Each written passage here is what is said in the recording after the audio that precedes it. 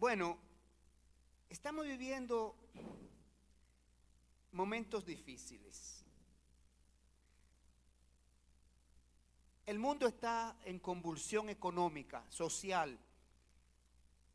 El mundo está en convulsión sanitaria. No sabemos qué vamos a hacer si viene otra nueva variante, si ya esta es la última, si aquello, si la vacuna, si lo otro. Cosas que nos perturban constantemente. Y nosotros vemos cómo las noticias nos traen informaciones sobre el aumento de la violencia, que los robos, que los asaltos, que el secuestro, que aquello, que estamos pasando por un desierto. De hecho, la vida es un viaje. La vida es un viaje. Lo iniciamos cuando nacemos a este mundo y concluye nuestro viaje cuando salimos de este mundo. Y el destino final puede ser solo dos lugares de eternidad. El cielo, la presencia para siempre con Dios. El infierno, separación de Dios para siempre. Pero las escrituras tienen palabras de consolación. Dios se encarga de consolarnos para momentos como estos. Que si salgo, que si no salgo, que la mascarilla se me quedó, que no veo el gel para higienizar mis manos. Y todas estas cosas que estamos viviendo. Dios, en este capítulo 21 del libro de Apocalipsis, en el versículo 1 al versículo número 8, nos trae aliento, esperanza, confianza, fe. En esta porción que vamos a leer, Dios nos muestra hacia dónde se dirige un cristiano. Estamos pasando por un tiempo, por un desierto pedregoso, peligroso, sí, lleno de víboras, lleno de obstáculos, lleno de peligro.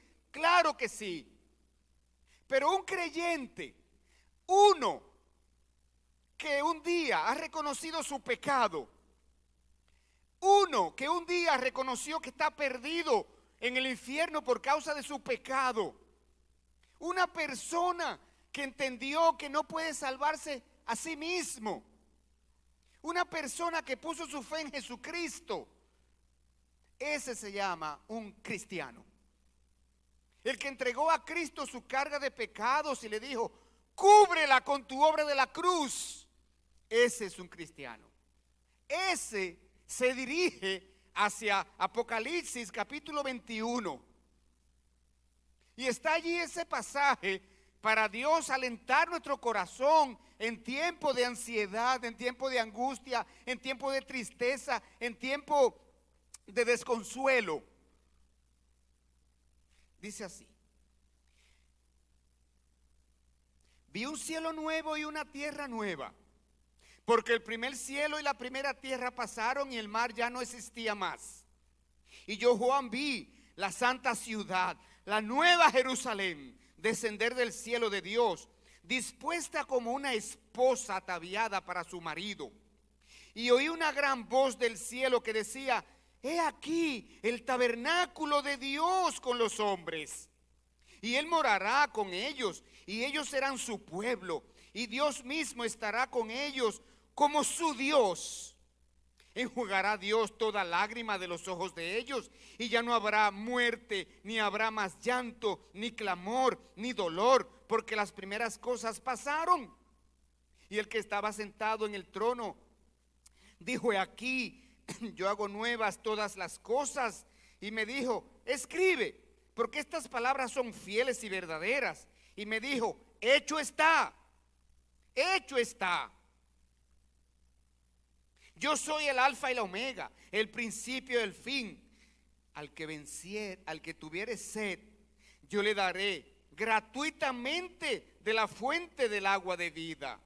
El que venciere heredará todas las cosas, y yo seré su Dios, y él será mi hijo.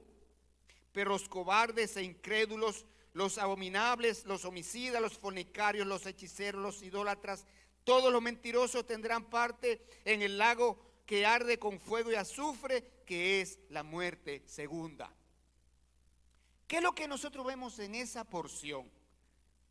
La eternidad con Dios. Esa es la eternidad con Dios. Cielo nuevo, tierra nueva, la nueva Jerusalén. Y Dios dice que todo esto, este mundo actual que está corrompido por el pecado, que está maldecido por causa del pecado, pasará. Dios hará una nueva creación. Y Dios quiere que toda persona participe de esa nueva creación. Por eso vino Jesucristo al mundo, para predicar el evangelio, para cumplir la obra de la cruz y abrir la opción, la posibilidad, la alternativa de que toda persona pueda ser salva. Y cuando una persona es salva, Dios la agrega a una iglesia local. Y este libro de Apocalipsis, Dios lo escribió no solamente para mostrarle a los creyentes el juicio que viene contra los que rechazaron a Jesucristo. Este libro de Apocalipsis, Dios lo dejó aquí para mostrar al creyente cómo Él quiere trabajar con nosotros, preparándonos para esa eternidad con Dios. Desde el principio al final, Dios va preparando a los creyentes, capacitándolos, advirtiéndoles, corrigiéndoles, todo lo que Él quiere que corrijamos en este trayecto que vamos pasando por este mundo, para entrar en esa eternidad con Él. Así que, amigos, si usted no ha recibido a Cristo, yo le invito a que hoy usted lo haga. Hágalo hoy. Porque dice las Escrituras, hoy es el día de salvación. El día que tú escuchas el mensaje de salvación, ese es el día que Dios te está hablando. Ese es el día de Dios de salvación para ti. Tú no sabes si habrá otra oportunidad.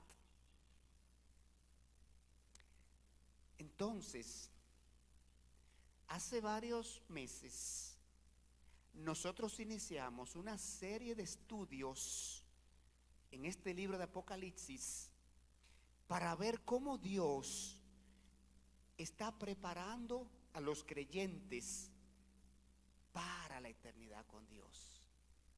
Y Dios, para preparar a los creyentes, le habló a la iglesia, a 7 iglesias. Porque todo cristiano, todo creyente debe ser parte, miembro de una iglesia local. Y Cristo habló a 7 iglesias que son representativas de todas las iglesias en toda la historia de la humanidad y en todo lugar. Y estos 7 mensajes a estas 7 iglesias, Dios les reconoció sus méritos y le presentó su queja, o le presentó su defecto, o le presentó sus debilidades, o le presentó lo que debía corregir. Porque Dios quiere que estemos preparados para la eternidad con Dios. La iglesia está formada de individuos. Cuando aquí se habla, escribe a la iglesia tal, está diciendo, escribe al hermano Pedro, Juan, Miguel, Alfonso y como usted se llame. si usted parte de la iglesia de Cristo. Porque una iglesia es como un huerto. Ese huerto frutal está compuesto de árboles individuales. Eso es la iglesia de Cristo. Y hoy nosotros queremos ver lo que Dios quiere decirnos a través de la iglesia de Sardis. Dios le escribió esta carta a la iglesia de Sardis para decirle lo que necesitas hacer, corregir, lo que necesitas resolver para prepararte para la eternidad con Dios. Así que oremos, hermanos, en este momento. Padre, gracias. Tus misericordias son grandes para con nosotros. Lo muestra, Señor, a través de este pasaje especialmente, donde tú nos dices, Señor, con amor, lo que tú quieres que hagamos para estar preparados para la eternidad contigo. Dirígenos, Señor, en este estudio y que podamos asimilar todo lo que tú vas a decirnos, Padre. Te lo pedimos en el nombre de Cristo Jesús. Amén y amén. Capítulo 3 de Apocalipsis. De un poquito atrás ahora. Capítulo 3 y versículo 1. Allí está la carta a la iglesia de Sardis. Vamos a leer esta carta, este mandato. Veamos qué pasaba en esa iglesia. ¿Qué preocupaba al Señor Jesucristo en esa iglesia? Que el Señor Jesucristo iba a pedir, corrijan eso. Actúen. No permitan que llegue el final. Versículo 1. Escribe al ángel de la iglesia en Sardis, el que tiene los 7 espíritus de Dios y las 7 estrellas, dice esto: yo conozco tus obras, que tienes nombre de que vives y estás muerto. Sé vigilante y afirma las cosas que están para morir, porque no he hallado tus obras perfectas delante de Dios. Acuérdate pues de lo que has recibido y oído, y guárdalo y arrepiéntete. Pues si no velas, vendré sobre ti como ladrón, y no sabrás a qué hora vendré sobre ti. Pero tienes unas pocas personas en Sardis que no han manchado sus vestiduras y andarán conmigo en vestiduras blancas, porque son dignas. El que venciere será vestido con vestiduras blancas, y no borraré su nombre del libro de la vida, y confesaré su nombre delante de mi Padre y delante de sus ángeles.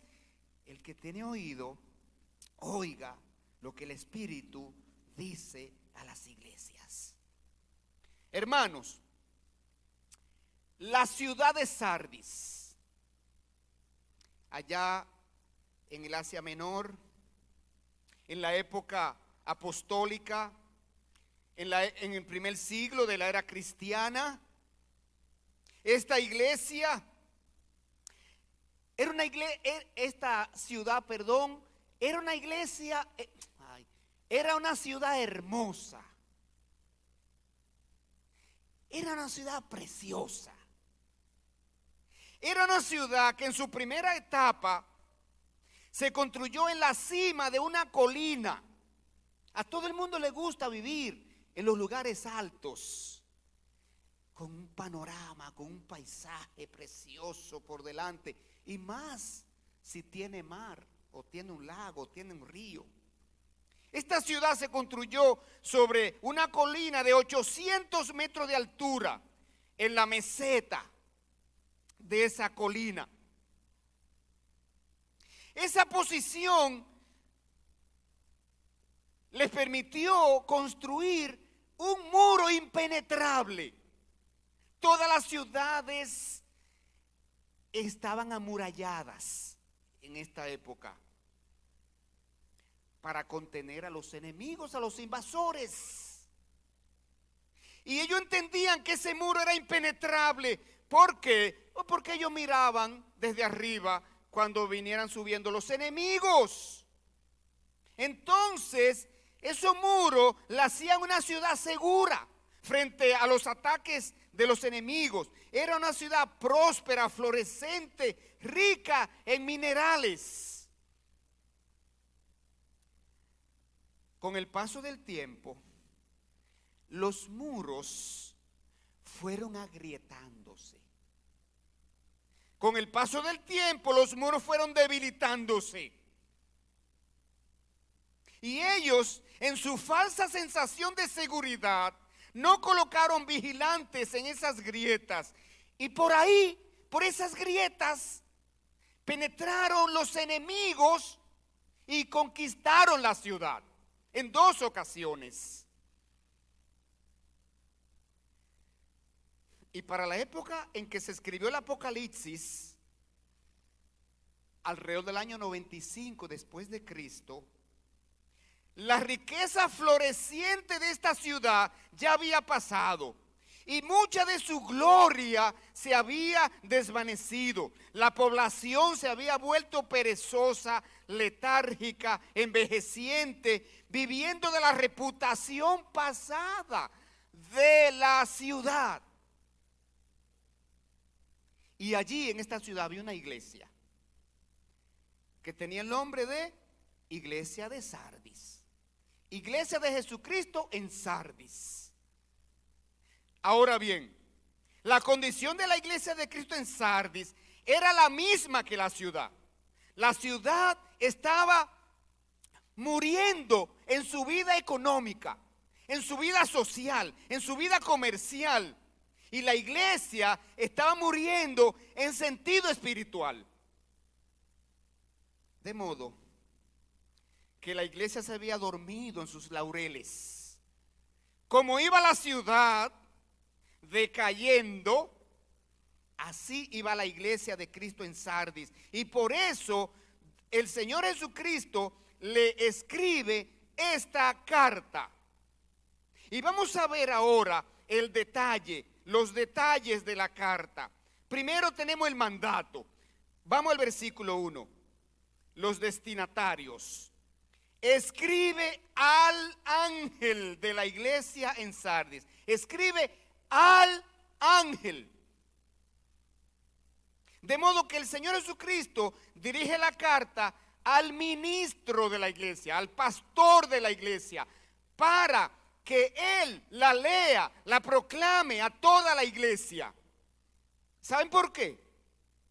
Porque para el avivamiento de una iglesia, el ministro tiene que estar comprometido con Cristo y con la obra de Cristo. El avivamiento debe experimentarse primero en el ministro.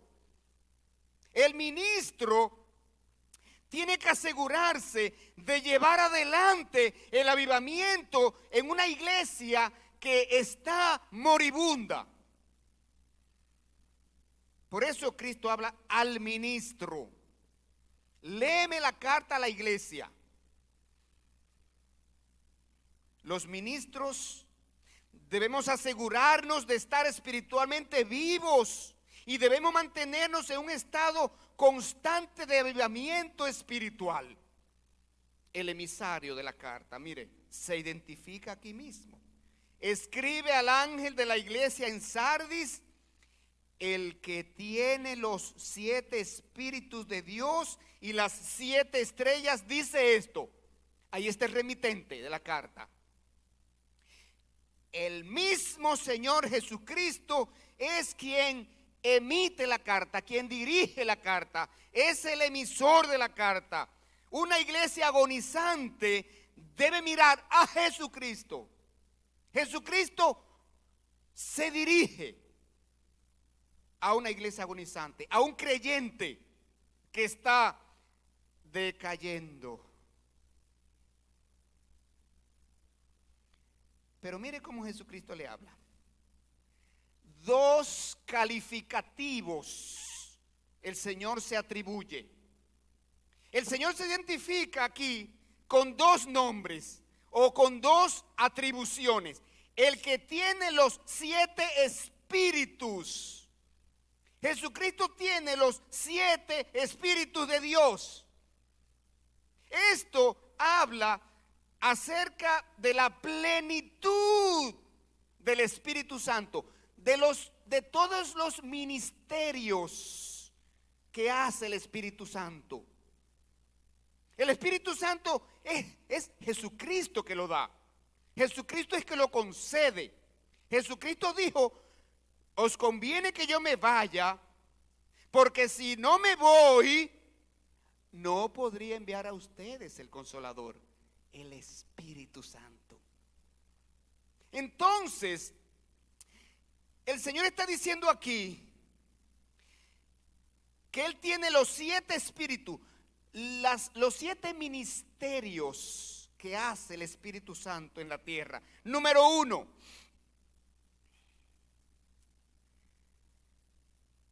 el Espíritu Santo es el consolador, el que está al lado del creyente, el que está en el corazón del creyente, para darle convicción de pecado, para darle convicción de justicia, para darle convicción de juicio. Y el Espíritu Santo es aquel que hace ver a toda persona su necesidad de salvación, su condición de pecador, su condición de perdido, su condición de necesitado de salvación, su necesidad de buscar salvación fuera de Él. Porque todo el mundo sabe que no es capaz de salvarse a sí mismo. Pero mire qué más. El Espíritu Santo es la verdad. Juan 14, 17. El Espíritu Santo es la presencia personal de Cristo. Juan 14, 18. El Espíritu Santo es la manifestación de la presencia personal de Cristo. Juan 14, número 21. Él es la manifestación de Cristo dentro del creyente. Juan 14, 22. Es la presencia viviente de la Trinidad. Juan 14, 23. Es el maestro que enseña. Juan 14, 25. Es la paz de Cristo. En la Biblia, el número 7, sabemos que significa plenitud o perfección. Así que el Señor Jesucristo está diciendo aquí: la perfección, la plenitud del Espíritu es que está hablando. ¿Saben por qué?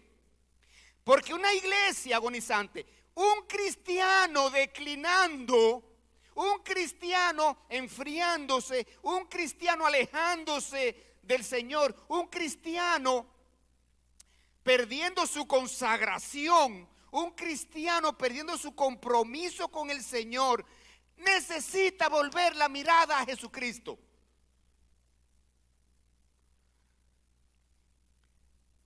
Un creyente agonizante necesita buscar el avivamiento del Espíritu Santo.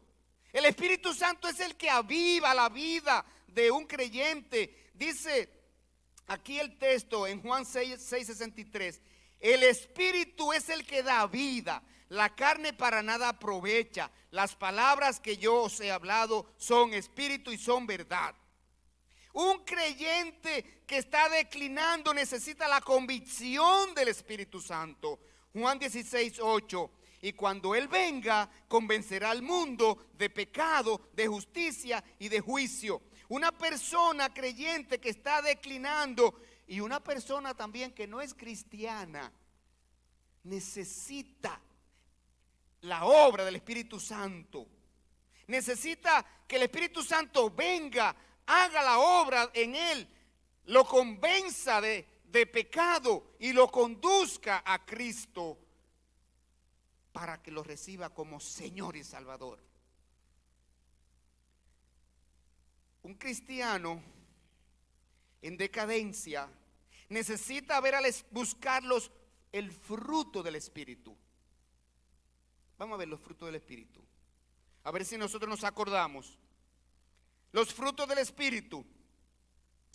amor, gozo, paz, paciencia, benignidad, bondad, fe, mansedumbre, templanza. Un creyente decadente necesita la guía del Espíritu Santo. Juan 16:13. Pero cuando venga el Espíritu de verdad, Él os guiará a toda la verdad. Pero también necesita el fuego vivificador del Espíritu Santo. Mateo 3:11.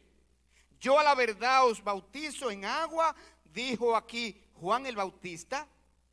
Yo a la verdad os bautizo en agua para arrepentimiento, pero el que viene tras de mí, el Señor Jesucristo, Él os bautizará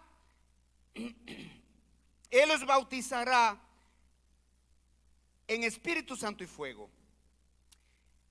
Un cristiano decayente necesita el poder del Espíritu Santo para testificar. Segunda Timoteo 1:7. No nos ha dado Dios espíritu de cobardía, sino de poder, amor y dominio propio. Es el Espíritu Santo quien da a la persona el poder para resistir la tentación del pecado. Es el Espíritu Santo que le da al creyente el poder para decir no a los deseos de la carne, no a la pecaminosidad del mundo, no a las ofertas pecaminosas y atractivas de este mundo, que quiere atraer a la persona y consumirlo y envolverlo en lo que se llama la corrupción y la carnalidad que el mundo ofrece. Un cristiano decayente necesita el poder para testificar, para identificarse como cristiano, para poder hablar a las personas acerca de la salvación en el Evangelio de Cristo. Jesucristo dice algo más. Él no solamente tiene los 7 espíritus, dice ahora, y las 7 estrellas. ¿Quiénes son las estrellas en ese texto? Las estrellas es para referirse a los ministros de las iglesias a quienes Él le escribe. Él sostiene a los ministros. Él es quien ha elegido a los ministros y los ha colocado en la iglesia donde sirven. Él los ha colocado allí para pastorear la grey, para cuidar la grey, alimentar la grey, apacentar la grey, curar la grey, alertar a la grey, proteger a las ovejas. Juan 21:17, aquí está el Señor Jesucristo delegando su oficio pastoral en la tierra al apóstol Pedro,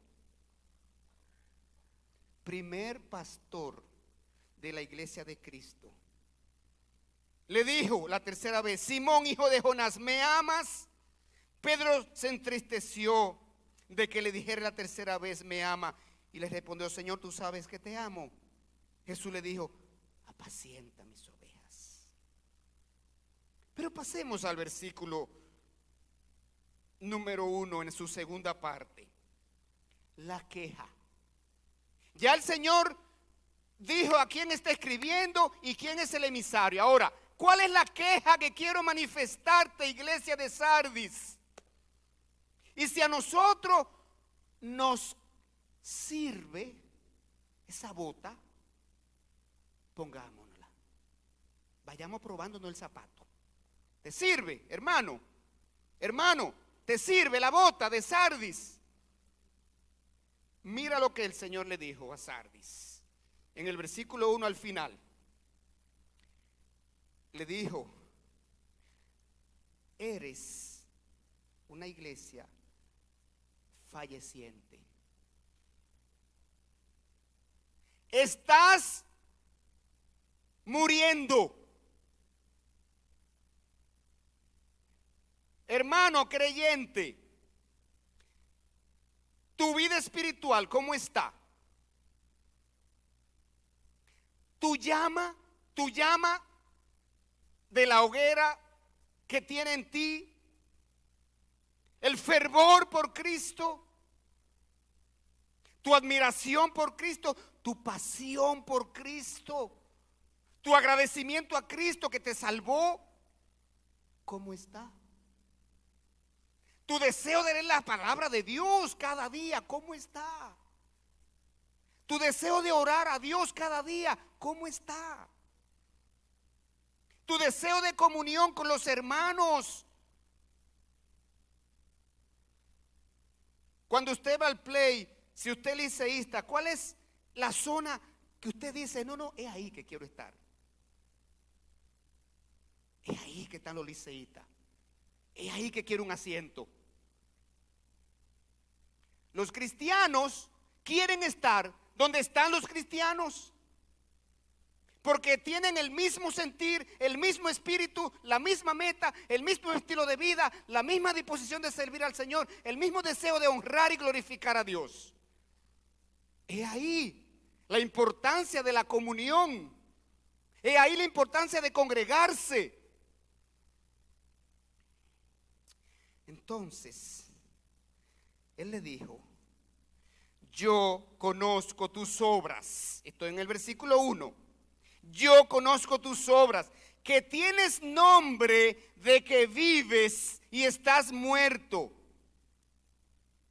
Sé vigilante y afirma las cosas que están para morir.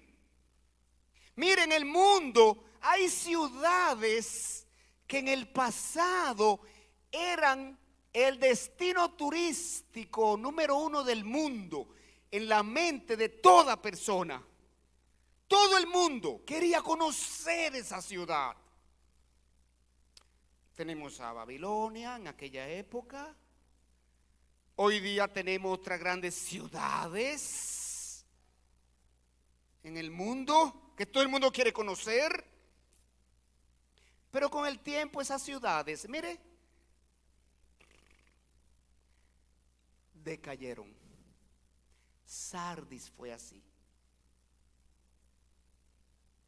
Y la iglesia estaba así.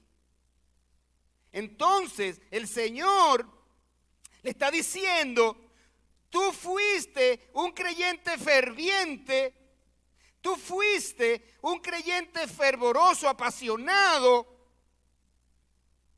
tú fuiste un creyente consagrado, pero te estás enfriando, pero estás declinando tu vida espiritual. Eso es lo que le está diciendo aquí. Y el Señor dice, conozco tus obras, yo sé lo que tú has hecho. Cristo lo sabe todo. Y yo sé lo que estás haciendo ahora, lo sé. El Señor conocía su pasado y su presente. Pero el Señor le dice, aún te quedan algunas cosas vivas que tiene que preservar.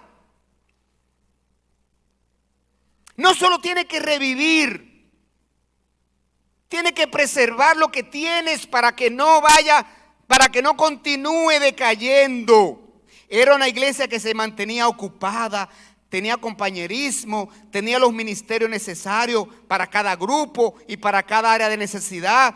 Tenía las creencias y la doctrina correctas, no hay queja sobre eso. Ahora, ¿cómo una iglesia puede ser activa y tener muchos ministerios y estar decayendo? ¿Cómo? ¿Cómo es posible eso? Es posible que la iglesia se llene y haya que bajar la silla, la mesa, de los bancos, todo, busquen más y coloquen. Es posible.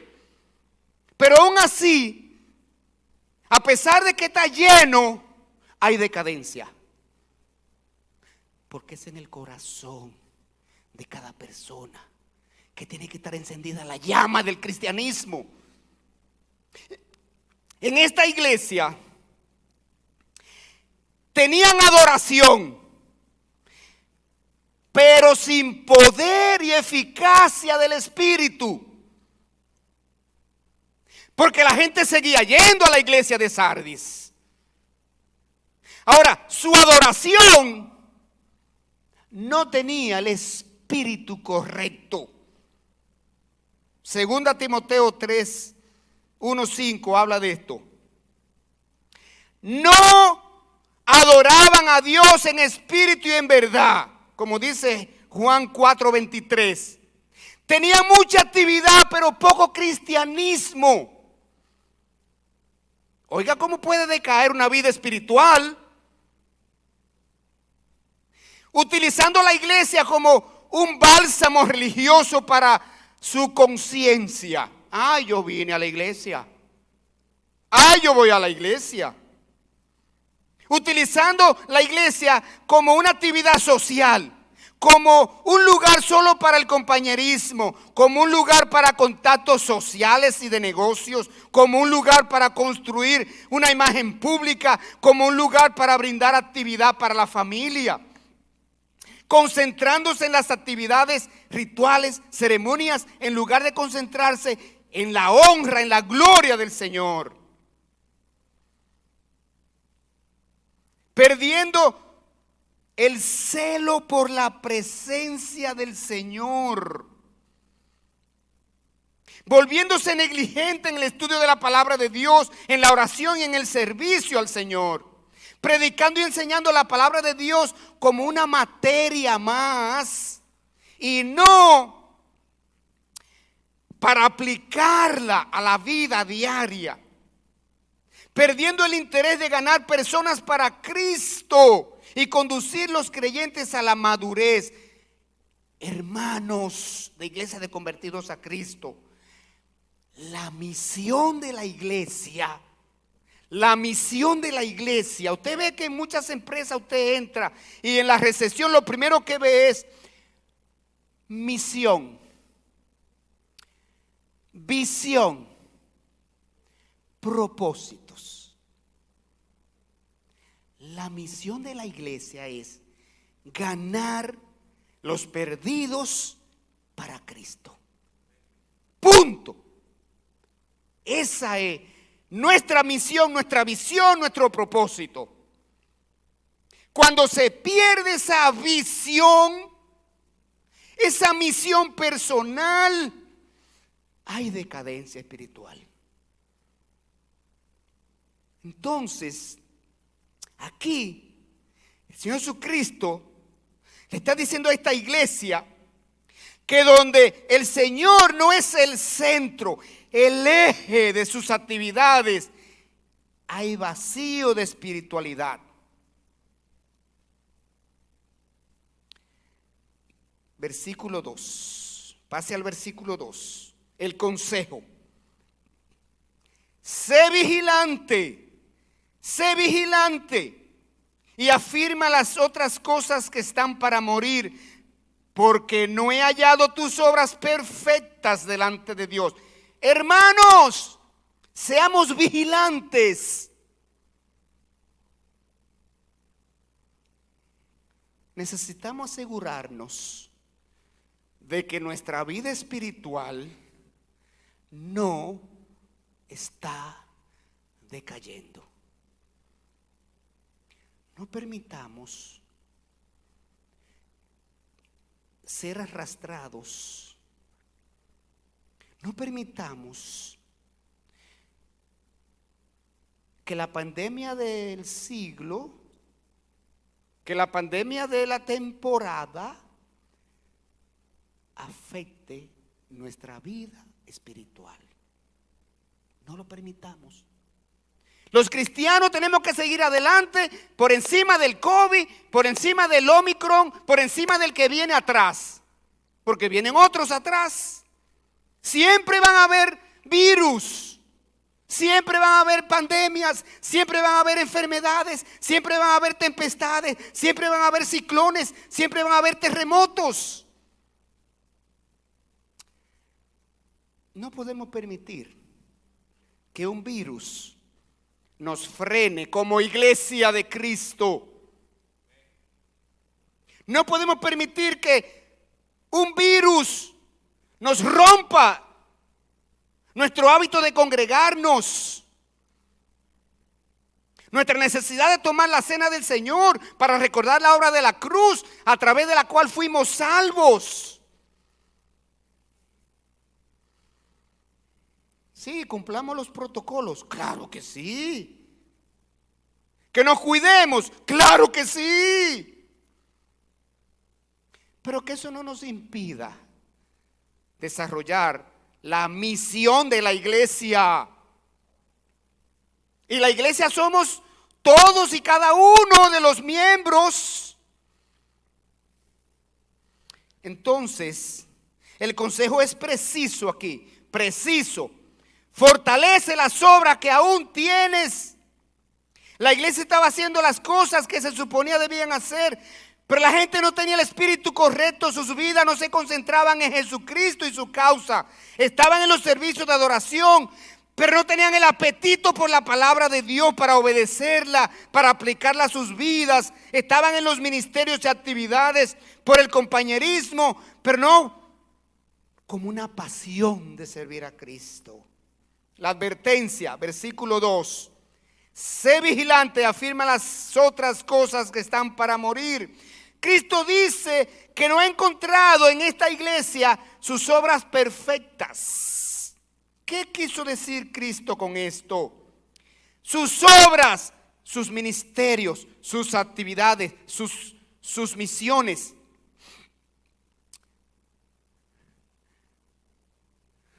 Todas aquellas labores que llevaban a cabo en beneficio de terceros, o como sea, no la hallo perfectas, dice. ¿Qué es lo que faltaba aquí? Cristo no la encontró completas, satisfechas, finalizadas a los ojos de Dios, ni un solo ministerio. ¿Saben por qué? Porque todo lo que un cristiano hace, necesita hacerlo edificando sobre el fundamento correcto. Todo lo que hace un cristiano tiene que hacerlo edificando sobre el fundamento que se llama ¿cómo? Cristo Jesús. Mírelo aquí. 1 Corintios 3, 11 y 12. Los apóstoles dijeron esto. Los apóstoles dijeron, 1 Corintios 3:11, porque nadie puede poner otro fundamento que el que está puesto, el cual es Jesucristo. Y si sobre este fundamento alguno edificare oro, plata, piedras preciosas, madera, heno, hojarasca, la obra de cada uno se hará manifiesta, porque el día la declarará, pues por el fuego será revelada, y la obra de cada uno sea cual sea, el fuego la probará. Si permaneciere la obra de alguno que sobreedificó, recibirá recompensa. Si la obra de alguno se quemare, él sufrirá pérdida. Si bien él mismo será salvo, aunque así como por fuego. ¿Cuáles son las obras que se van a quemar, que no pasan el fuego? Aquellas cosas que hacemos sin el espíritu correcto. Ese espíritu de servicio genuino al Señor, ese espíritu de que la gloria sea del Señor, ese espíritu de que Él es que debe ser exaltado y no yo, ese espíritu de que yo estoy escondido detrás de su cruz para que Él sea el proclamado y yo solamente sea el mensajero. Mire qué más. Las palabras sé vigilante están en imperativo y en un presente continuado. Tiene que ser vigilante y seguir siendo vigilante.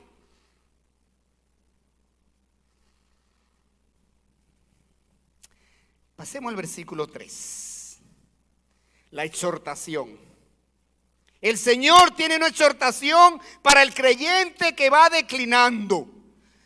Le dice aquí, 3:3. Acuérdate pues de lo que has recibido y oído y guárdalo y arrepiéntete, pues si no velas, vendré sobre ti como ladrón y no sabrás a qué hora vendré sobre ti. El ladrón no avisa a qué hora va a robar en su casa, ¿verdad que no? A los creyentes de una iglesia así, a los creyentes que van declinando, Dios le dice 4 cosas aquí en ese texto, versículo 3. Primero, deben recordar que recibieron el Evangelio de Jesucristo. Deben recordar que recibieron el Espíritu Santo de Dios, que recibieron la adopción de hijos de Dios, la herencia celestial. Hermanos y amigos que nos visitan, ser un cristiano es el mayor privilegio que existe. Ser un cristiano es la posición más elevada que existe en esta tierra. Recibir la salvación de Dios es el regalo más grande que se puede recibir en esta tierra. La salvación de Dios es un combo. ¿A ustedes les gustan los combos? Cuando van allí a los sitios de comida rápida, ¿qué incluye? Incluye tal cosa, incluye papita, incluye refresco y no incluye también un heladito. Nos encantan los combos. La salvación es un combo.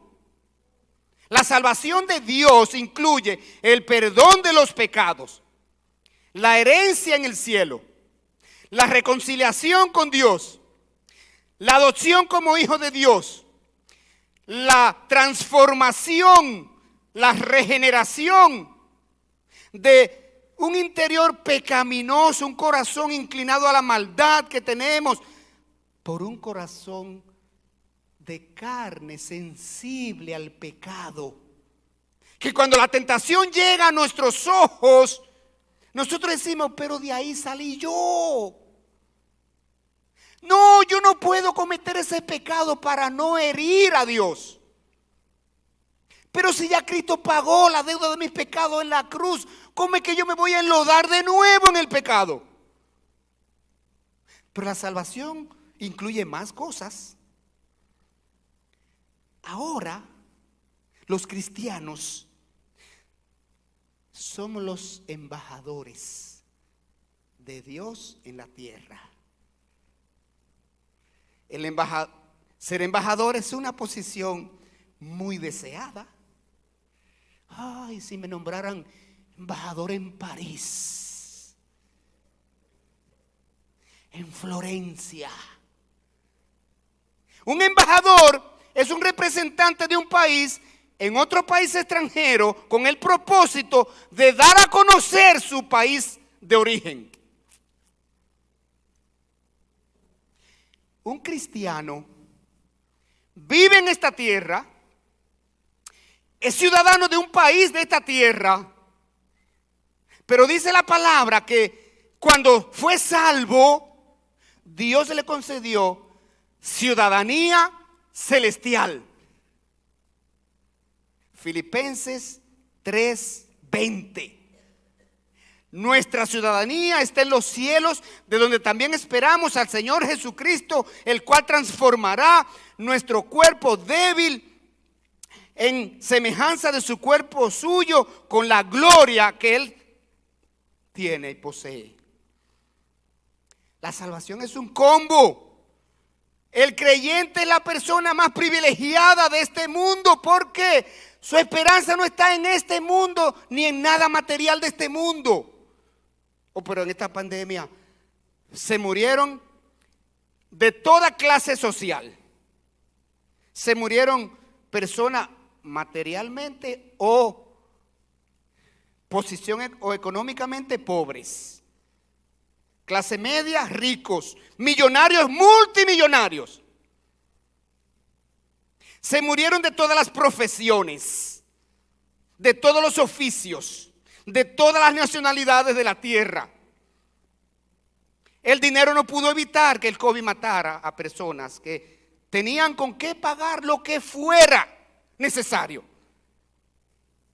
Nada de esta tierra, señores, satisface plenamente la necesidad del alma. No podemos tener esperanza en nada material, porque lo material es temporal y aquí se quedó. ¿Usted vio algún sepelio de algún multimillonario que al carro fúnebre le pusieron un carro atrás, anexándole ahí con la fortuna para que se la llevara. Todo se queda. Desnudo saliste del vientre de tu madre y desnudo volverás. Pero hay algo más. Las 4 cosas que se le está pidiendo a la iglesia aquí. Debe levantarse y apegarse al Espíritu original que cambió sus vidas, el Espíritu Santo. Hemos recibido la salvación. Hemos recibido la presencia de Dios en el Espíritu Santo que nos fortalece, nos da poder para resistir el pecado, poder para testificar. Entonces, si estamos decayendo, el Señor dice: levántate, levantémonos. Levantémonos. Esas rodillas paralizadas, pongámoslas a caminar. Esas manos caídas, pongámoslas a actuar. Eso es lo que dice aquí. Acuérdate lo que has recibido. Por tanto, levántate, reaviva tu dinamismo. Reaviva tu devoción al Señor, tu gratitud al Señor, tu amor por el Señor, tu apetito por el Señor, tu sed por la palabra de Dios. Recobra vitalidad, energía, prontitud para servir al Señor. ¿Qué más se le pide? Deben arrepentirse. Deben arrepentirse. ¿Por qué? Permitir que decaiga nuestra vida espiritual es un pecado. Porque todo lo que Dios llama a arrepentirse es porque es un pecado. Todo lo que en la Biblia Dios llama a que te arrepientas de haber hecho eso, ¿es un qué? Es un pecado. Es un pecado. Hebreos 9:25. No dejando de congregarse como algunos tienen por costumbre. Dejar de congregarse, ¿qué es?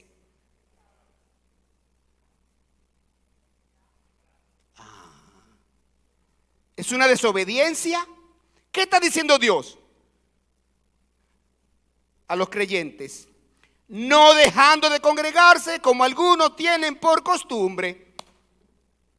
Entonces, dejar de congregarse es una desobediencia a la palabra de Dios. Y la desobediencia a la palabra de Dios es un pecado. Debían arrepentirse de permitir que su vida espiritual se haya debilitado, se haya enfriado. Que se haya perdido el apetito, la sed por la palabra de Dios. Y ahora, finalmente le dicen: deben saber que el juicio y la disciplina de Cristo caería inesperadamente sobre vosotros. El versículo 4, finalmente, ¿qué dice ahora? Los vencedores. Señores, la naturaleza de Dios es amor. Amor. Dios, su naturaleza es amor. El deseo de Dios es que todas las personas se salven y vengan al conocimiento de la verdad. ¿Quién es la verdad? Jesús dijo: yo soy el camino y la verdad y la vida. Nadie viene al Cristo sino por mí. Nadie viene al Padre sino por mí. La verdad es Jesucristo. El Salvador es Jesucristo. El mediador es Jesucristo. El que murió en la cruz es Jesucristo. El que está sentado al lado de Dios como abogado defensor es Jesucristo. Dios quiere que todo el mundo venga y conozca a Jesucristo y reciba a Jesucristo como Señor y Salvador. Dios es amor. Dios aún nos ve actuando mal, cometiendo pecados, desobedeciendo su palabra, violando sus estatutos, ignorándolo. Dios sigue llamándonos a volver a Él. A los que están alejados, Dios los llama: vuelve a mí, ven a mí. venid a mí y sed salvos. Isaías, venid a mí gratuitamente de las aguas de la vida, dice Jesús. Aquí, para concluir este versículo 4, Dios en su amor nos motiva y nos hace una gran promesa. ¿Cuál es la promesa? Pero tienes unas pocas personas en Sardis que no han manchado sus vestiduras y andarán conmigo en vestiduras blancas porque son dignas. Habían allí creyentes que no habían decaído.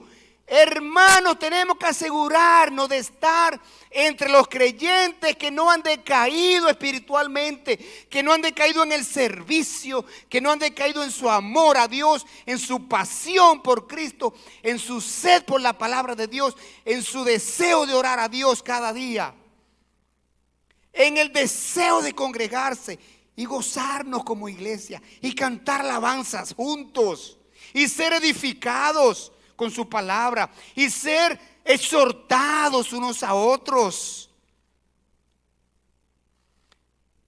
En la Biblia no aparece el cristiano casero, el cristiano llanero solitario.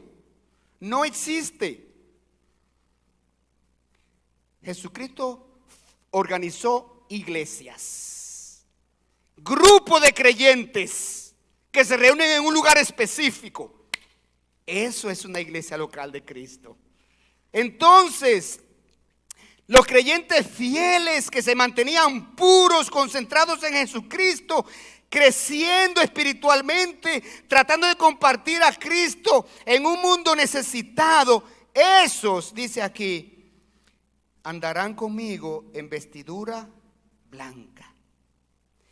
Pero en el versículo 5 y 6 hay una promesa para los que están decaídos, que han bajado su mirada de lo celestial a lo terrenal, de lo eterno a lo temporal, de lo espiritual a lo material.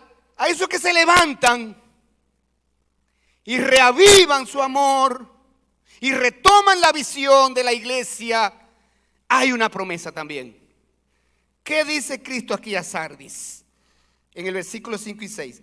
El que venciere será vestido de vestidura blanca, y no borraré su nombre del libro de la vida, y confesaré su nombre delante de mi Padre y delante de los ángeles. El que tiene oído, oiga lo que el Espíritu dice a las iglesias.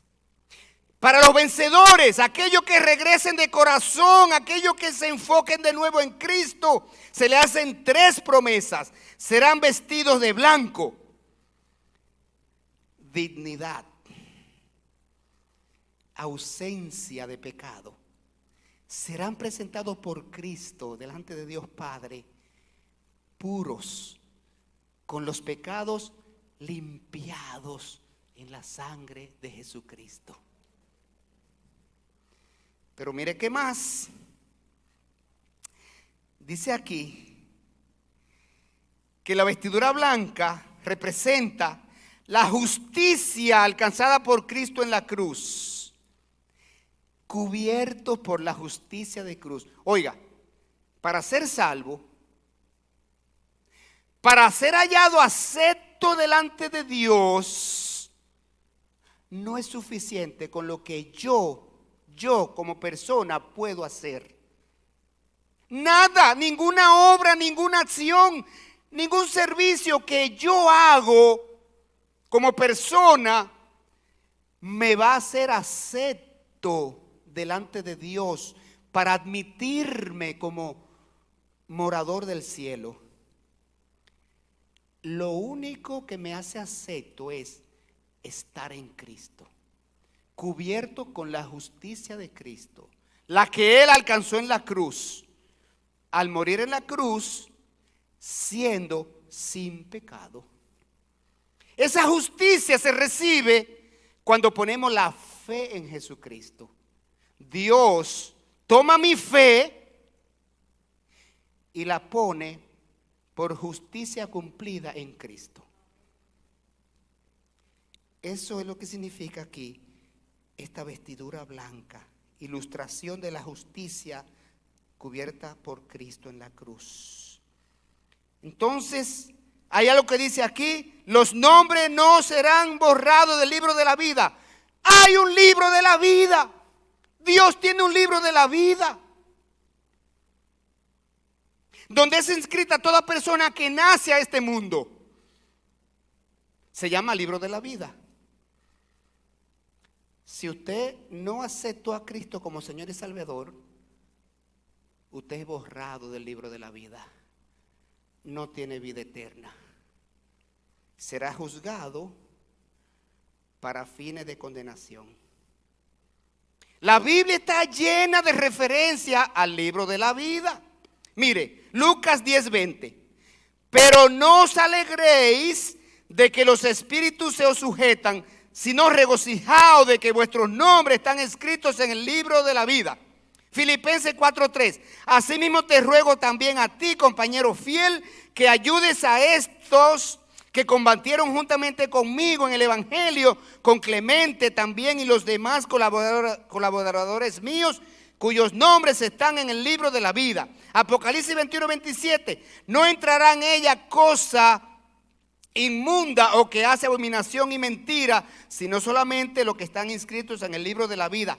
Muchísimas referencias se hace al libro de la vida. El vencedor será reconocido por Cristo ante Dios.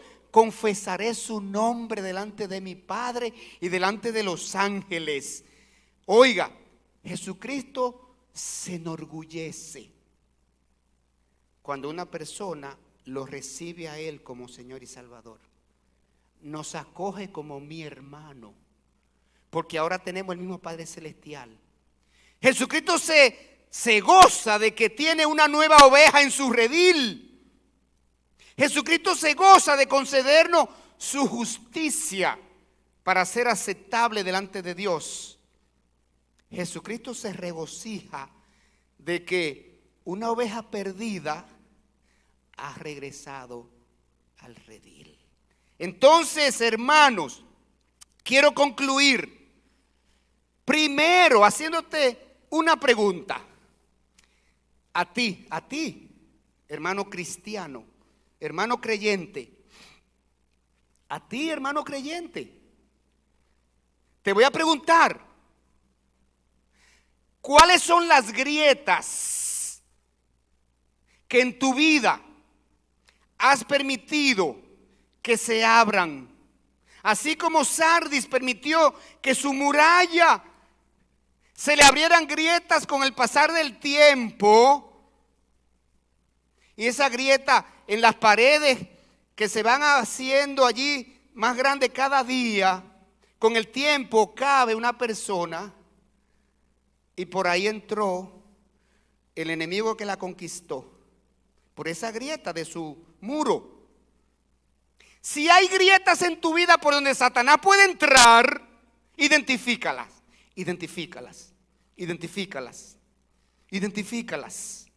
¿Cuáles son las grietas de tu vida por donde te puede Satanás atacar?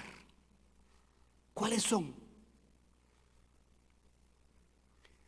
Cúbrelas con tiempo. Repáralas con tiempo, antes de que el enemigo entre y te conquiste. Verifica si en tu vida hay debilidades por donde puede penetrar el enemigo y saquear tu vida espiritual. Asegúrate de fortalecer esas debilidades. Verifica que en tu vida haya cristianismo y no activismo. Una cosa es actividad cristiana y otra cosa es cristianismo. Ser un activista, me congrego, voy a la reunión, voy a esto, por allí, para acá, ¿qué llevo? ¿Qué compré? ¿Qué no compré? ¿Quién lleva el jugo? No, yo tengo el refresco. Actividad y cristianismo son dos cosas diferentes. Cristianismo es un corazón para Cristo, un servicio para Cristo, un ministerio desarrollado para Cristo, y no para los que están mirando, y no para los que me rodean, y no para que se diga fulano de tal en el ministerio tal. Que haya cristianismo en tu vida, mi querido hermano, verifica que tu adoración al Señor es viva y eficaz, que estás adorando a Dios en espíritu y verdad, con un corazón rendido al Señor, que estás ofrendando con un corazón lleno de gratitud, que participas en los ministerios de la iglesia, no por compañerismo, sino por deseo de servir a Cristo genuino en tu corazón. Querido amigo visitante, querido amigo de las redes electrónicas que nos está mirando y escuchando, Dios quiere prepararte para que tú entres a la nueva Jerusalén, a la eternidad con Dios. Vas caminando por un desierto en este mundo, Vas en un viaje, en el viaje de la vida. Pero hay dos puertos donde vas a desembarcar cuando fallezca. Cielo, presencia con Dios por la eternidad. Infierno eterno, ausencia, alejado de la presencia de Dios, atormentado por la eternidad. Y Dios quiere que tú vengas a Él, le recibas su regalo de salvación que te ofrece en Cristo Jesús. Por eso, ahora, yo quiero hacerte una invitación. Oremos. Toda cabeza baja, todo corazón inclinado a Dios ahora. Todo corazón contrito y humillado delante de Dios. Vamos a hacer un momento de evaluación personal. Si tú eres un cristiano, pídele a Dios que no te permitas declinar en tu vida espiritual. Y si estás declinando, pídele que te ayude a levantarte y retomar tu nivel de cristianismo aceptable por Dios. Y usted, amigo, amiga que nos visita, que nos ve por las redes, hay un regalo de salvación para ti, disponible. Solo tiene que pedírselo a Dios. Eleva una oración a Dios. Y dile que hoy tú has comprendido que el pecado te tocó, el pecado te afectó, el pecado llegó a tu vida, el pecado lo has cometido y el pecado te condena al infierno. Y que no puedes salvarte por ti mismo. Y que hay un Salvador que es Jesucristo y tú quieres apelar a Él. Quieres ponerte en sus manos, quieres rendir tu vida a Él. Quiere entregar tu carga de pecados para que Cristo los cubra en la cruz, los pague con su vida. Pídele perdón de pecados a Dios por medio de Cristo y su obra de la cruz. Hechos 4:11. Y en ningún otro hay salvación, porque no hay otro nombre bajo el cielo dado a los hombres en quien podamos ser salvos. Es por medio de Cristo que Dios ha establecido que se reciba la salvación. Él es el mediador, Él es el abogado. Dios está esperando tu oración. Dios te trajo aquí con un propósito. Y trajo a mi corazón este mensaje para que tú lo escuches. Así que ahora Dios está esperando tu decisión, tu respuesta a este su mensaje.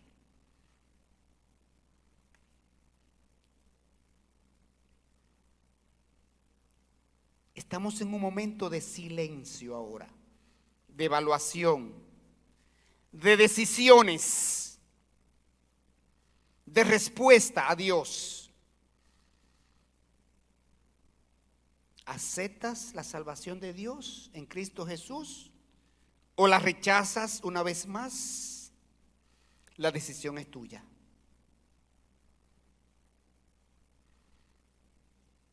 Dios espera por ti. Él se goza en salvar. Él quiere salvarte. Pero tú tienes que pedirle perdón porque tú lo ofendiste con tu pecado.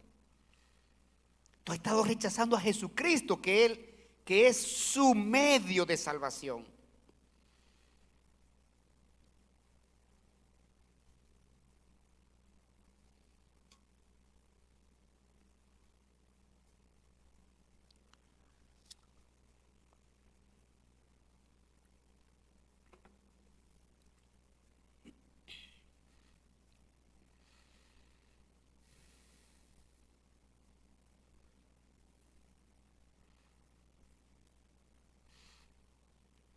Voy a concluir con una oración, dando gracias a Dios. Si en esta mañana Dios habló al corazón de alguien y lo convenció de pecado, de condenación, de necesidad de salvación, y lo trajo a Cristo, voy a orar por alguien que haya pedido perdón a Dios hoy por sus pecados en el nombre de Jesucristo. Por alguien que a partir de ahora se llame cristiano, creyente en Jesucristo, heredero del cielo, hijo de Dios, reconciliado con Dios, transformado por Cristo. Si alguien y pidió perdón, si alguien clamó a Dios, si alguien entregó su vida a Jesucristo, ahora yo quiero pedirte que me dejes ver tu mano para orar por ti. Levanta tu mano si oraste pidiendo salvación a Dios, porque voy a orar por ti, para que Dios te fortalezca en la fe, para que Dios te afiance, para que Dios te preserve. Si oraste pidiendo perdón a Dios por tus pecados, para que Dios te salve, no te avergüences. Jesucristo dijo: si alguno se avergonzare de mí delante de los hombres, yo me avergonzaré de él delante de mi Padre que está en los cielos. Una vez más, alguien que haya recibido a Cristo como Salvador, que le haya pedido perdón a Dios por sus pecados en el nombre de Cristo,